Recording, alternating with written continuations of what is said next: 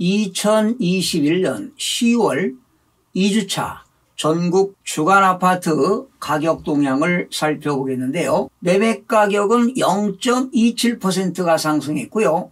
전세 가격은 0.19%가 상승했네요. 그런데 지난주와 비교를 해보면요, 매매 가격과 전세 가격 모두 상승폭이 하락이 되었습니다. 그래서 앞으로 또 다음 주부터 계속 상승폭이 축소가 되는지 상당히 어떤 변화가 올지 기초가 주목이 되는데요. 여러분들은 어떻게 생각하십니까? 앞으로 집값이 이렇게 계속 올라갈 수 있다고 보십니까? 앞으로 조정기를 거쳐서 하락기가 올 거라고 생각하십니까? 지금 현재 주택시장은요, 주택 구매 건수, 즉 주택 구매 수요가 지금 떨어지고 있는데 호가는 지금 올라가고 있는 상황입니다. 바로 이것이 주택시장 지금 혼돈의 시장이 계속 연속적으로 이루어지고 있는데요. 앞으로 기준금리가 올라갈 겁니다. 지난 8월에 0.2 올렸죠. 그리고 엊그저께 한국은행이 10월 12일 날 기준금리를 동결시켰는데요. 아무래도 동결시킨 이유는 지금 물가는 계속 올라가고 있죠. 지금 경기가 침체되고 말이죠. 세계적으로 지금 스태그플레이션이 올 수도 있다. 이러한 그 뉘앙스가 풀리다 보니까 한국은행에서 경기 침체에 영향력을 미칠 것 같아서 아마 동결시켰는데, 아마 11월 25일 날 마지막 금융통화위원회에서는 기준금리를 아마 올릴 것입니다. 그리고 내년 3월 9일 날 대통령 선거 이후에 또 한 차례 올리고, 아마 그렇게 되면 내년에 기준금리가 아마 1.5%까지 올라가지 않을까, 또 이런 예상도 해보게 됐는데요. 이렇게 기준금리가 올라가고요, 정부가 주택 공급을 확대하면 당연히 집값은 안정화될 수밖에 없습니다. 그런데 지금 문제는 1,800조 원이 넘는 지금 가계부채가 증가되기 때문에 정부가 지금 대출 규제를 강화하고 있잖아요. 그런데 지금 강력하게 강화하겠다고 했는데 지금 전세 자금이 부족해가지고 말이죠, 이사철인데도 계약금을 지금 포기하는 그런 상태가 오고, 그리고 중도금과 잔금 대출이 안 돼가지고 말이죠, 분양을 포기한 사태도 지금 발생하고 있다 보니까 금융위원장이 말이죠, 고위원장이 막 연말까지는 무주택자들이 주택을 분양받을 때 또 전세자금 대출은 뭐 한시적으로 해주겠다고 했어요. 바로 이것도 원래는 막겠다고 했는데 말이죠, 대통령께서 좀 고려해봐라 하니까 그 한마디에 해주겠다는 거 아니겠습니까? 정부는 이랬다 저랬다 말이죠. 어떤 그 소신이 없어요. 예. 정말 규제를 하려면 강력하게 규제하든지 말이죠, 선포하고 규제를 해야 될 거 아니겠어요? 이랬다 저랬다 말이죠. 에이 정말. 그런데 말이죠, 사실은 정부가 집값을 완전히 올린 상태에서 대출을 규제하지 않았습니까? 오르기 전에 좀 규제했으면 얼마나 좋았겠어요. 오르기 전에 규제했으면 이렇게 집값이 오늘날 올라가지 않았잖아요. 도대체 정책을 어떻게 수립하는 건지 말이죠. 도대체가 이해가 안 갑니다. 집값을 올릴 만큼 다 올려놓고 대출을 규제하니까 흙수저들이 불만이 큽니다. 흙수저들은 죽으란 말입니까? 어쩌면 서민들을 위한 정부가 아닙니다. 소득주도 성장이 아니라 자영업자, 저소득층 구조조정만 한 셈입니다. 오히려 지금 저소득층은 증가하고 중산층은 오히려 줄어들었습니다. 일부 오히려 고소득층도 일부가 줄었어요, 소득이. 그러나 집값은 올라갔으니까 고소득층하고 저소득층은 뭐 빈부격차가 갈수록 심화가 되는 건 사실이죠. 그러나 하여튼 중산층은 줄어들었습니다. 그러나 주택을 매수하고자 하는 사람들은 말이죠, 절대로 서두르면 안 됩니다. 반드시 침체기가 오고 조정기를 거쳐서 분명히 하락기는 오게 되어 있습니다. 그렇다면 여러분들은 그때 기회를 잡으시면 됩니다. 그러니 현 정부의 부동산 정책은 완전 실패작입니다. 여러분, 그렇다고 제가 여러분들에게 비판만 하는 건 절대 아닙니다. 비판을 하면서도 분명히 제가 정책 대안을 많이 제시해 드렸습니다. 그런데 실행이 안 되고 있지 않습니까, 여러분? 정부는 부동산 경기 변동에 따라서 늘 그래왔습니다. 바로 규제하고 완화하고 규제하고 완화하는 정책을 일관적으로 해왔습니다. 그러나 문재인 정부 4년 동안에 계속 규제만 했기 때문에 오늘날 이러한 파장이 온 겁니다. 부동산 시장을 자유시장에 맡기지 않고 계속 규제만 하다 보니까 이 모양 이 꼴이 된 겁니다. 지금 거래가 되고 있지 않은데도 말이죠. 계속 전국적으로 호가가 올라가니까 지금 매매 가격이 지금 상승 무드를 타고 있다고 하는데요. 그 이유는 뭔지 아십니까? 특정 투기 세력들 때문입니다. 지난해 2월부터요. 올 9월까지 주택 실거래 신고를 했다가 취소한 건수가 무려 말이죠. 전국적으로 18만 9,397건이나 됩니다. 전체 매매 거래의 약 5.7%에 해당한다고 하지만 이게 바로 투기 세력들이 집값을 올린 겁니다. 정부는 알면서도 눈을 감아준 겁니까? 이렇게 단 한 건의 실거래 가격이 아파트 단지 전체 가격을 끌어올리는 현상이 벌어진 겁니다. 이렇게 투기 세력들이 고의적으로 자전거래 그리고 허위거래 등을 통해서 실거래 가격을 조작할 경우에 처벌 규정을 강화해야 할 것입니다. 허점이 너무도 많습니다. 여러분들도 아시다시피 주택 매매가 되게 되면 계약일로부터 30일 안에 실거래 신고를 하도록 되어 있잖아요. 그런데 현재 시스템으로는 소유권이 완전히 이전된 다음 신고하는 것이 아니라 계약서 작성만 해도 바로 신고할 수 있고 등록할 수 있기 때문에 신고하고 등록한 이후에 취소해도 별도의 페널티가 없다는 것이 문제가 되는 겁니다. 그러니 계약하고 신고하고 등록해놓고 거래를 취소한다는 거 아닙니까? 그러니까 호가만 올리는 거예요. 예.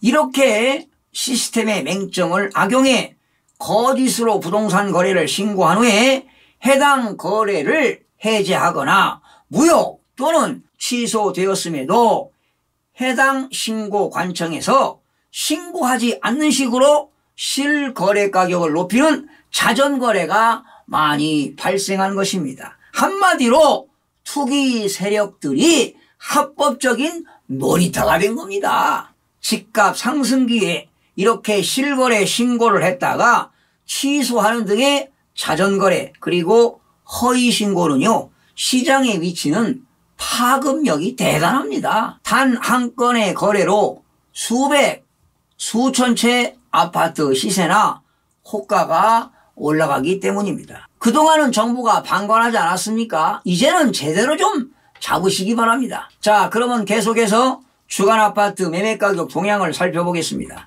이번 주에 전국적으로 0.27%가 상승했어요. 수도권은 0.34에서 0.32, 서울은 지난주 0.19에서 이번 주 0.27 상승폭이 축소되었습니다. 지방은 0.2가 됐고요. 상승폭을 유지했고 5대 광역시는 0.19에서 0.20, 8개도 0.24에서 0.24, 세종은 지난주 마이너스 0.02% 하락했고요. 이번 주에도 마이너스 0.01%가 하락했는데요. 하락폭이 축소가 되었네요. 시도별로 살펴보게 되면 인천은 0.42% 상승, 충북 0.40, 경기 0.39, 충남 0.31, 부산 0.28, 제주 0.28, 대전 0.27, 경남 0.25, 광주 0.24 등은 상승했고요. 세종시만 마이너스 0.01% 하락했습니다. 수도권은 0.32% 상승했네요. 서울은 0.17% 상승, 인천 0.42% 상승, 경기 0.39% 상승.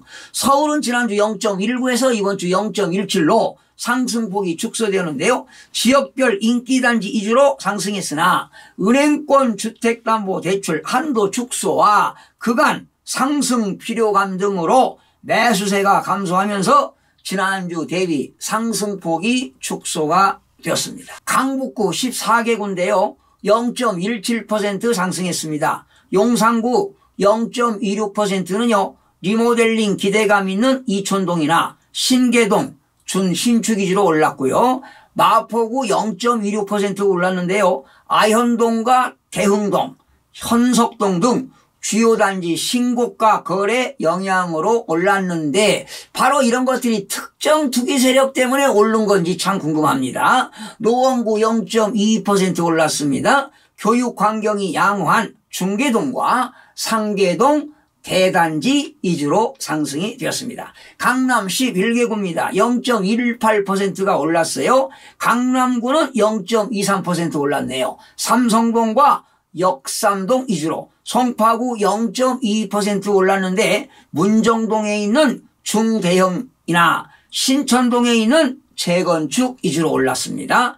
서초구 0.21%가 올랐는데 방배동과 서초동 위주로, 강동구 0.17%는 상일동 위주로 올랐네요. 대체로 매수세가 감소되면서 강남 4구 전체 상승폭이 축소되었습니다. 인천 지난주 0.44%, 이번 주는 0.42% 올랐네요.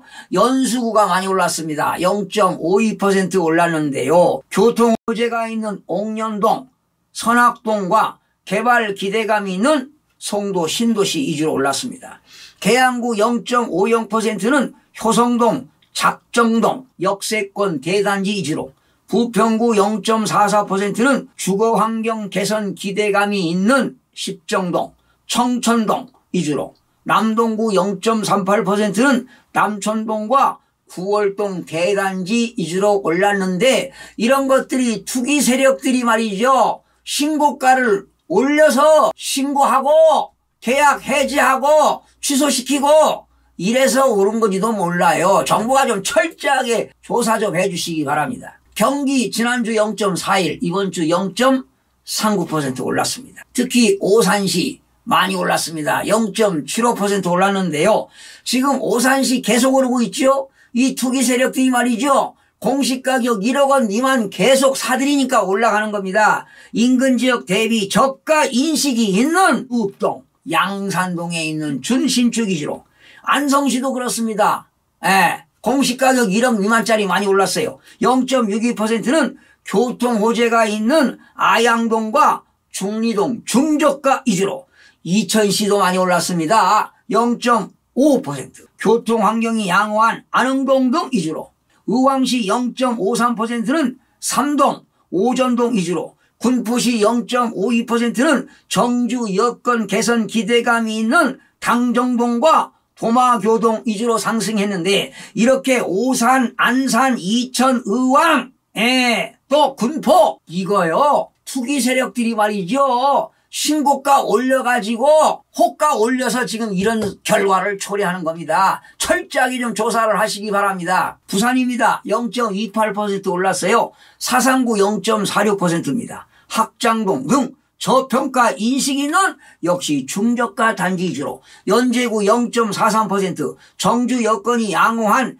연산동, 거제동 주요 단지 위주로, 동래구 0.41%는 안락동과 사직동 위주로, 해운대구 0.40%는 좌동과 반여동, 반선동 위주로 상승했습니다. 이렇게 올라가면은요, 거래가격 올라가잖아요. 투기 세력들이 사가지고 또 거래세 취득세 내잖아요. 지방자치는 뭐 세수가 들어오니까 좋아하겠죠. 그러나 만약에 지금 이게 다 버블이거든요. 만약에 버블이 꺼지게 되면 충격적인 일들이 벌어집니다. 투기 세력들은 물론 그 지역에 사는 그 원주민들뿐만 아니라 모든 국민들에게 타격이 올 것입니다. 대전입니다. 0.27% 올랐습니다. 유성구 0.36%는 교통 접근성이 양호한 노은동, 지족동 주요 단지와, 대전 0.27% 올랐어요. 유성구는 0.36%가 올랐는데 교통 접근성이 양호한 노은동, 지족동 주요 단지와 송강동 중저가 위주로, 중구 0.32%는 문화동과 대평동, 중천동 일대 구축 위주로, 동구 0.30%는 파남동과 천동 등 저평가 인식이 있는 단지 위주로, 충북입니다. 0.40% 상승했는데 제천시 0.67% 많이 올랐죠. 여러분, 제천시가 인구가 유입되는 지역입니까? 오히려 인구가 유출되는데 이렇게 왜 올라가느냐? 저가 인식이 있거나 재건축 단지로, 충주시 0.62% 올랐습니다. 중앙, 탄면동과 교현동 위주로 올랐는데요. 역시 충북지역 제천과 충주시도 투기 세력들이 공시가격 1억 원 미만의 아파트를 취득세 1.1%밖에 안 되기 때문에 외지인들이 몰려오기 때문에 이렇게 올라가는 겁니다. 이건 정상적이라고 볼 수가 없어요. 이게 다 버블이라는 얘기입니다. 버블. 만약에 말이죠. 집값이 하락이 시작된다면 이렇게 투자한 투기 세력들은 먼저 매물을 쏟아낼 가능성이 매우 높습니다. 이렇게 해서 집값 하락기가 가속화된다면 지방발 부동산 위기를 맞을 수도 있음을 시사하는 바입니다. 시청해 주신 여러분 고맙습니다. 최선을 다하겠습니다. 마음이 드셨다면 구독, 좋아요 꼭 부탁드리겠습니다. 고맙습니다.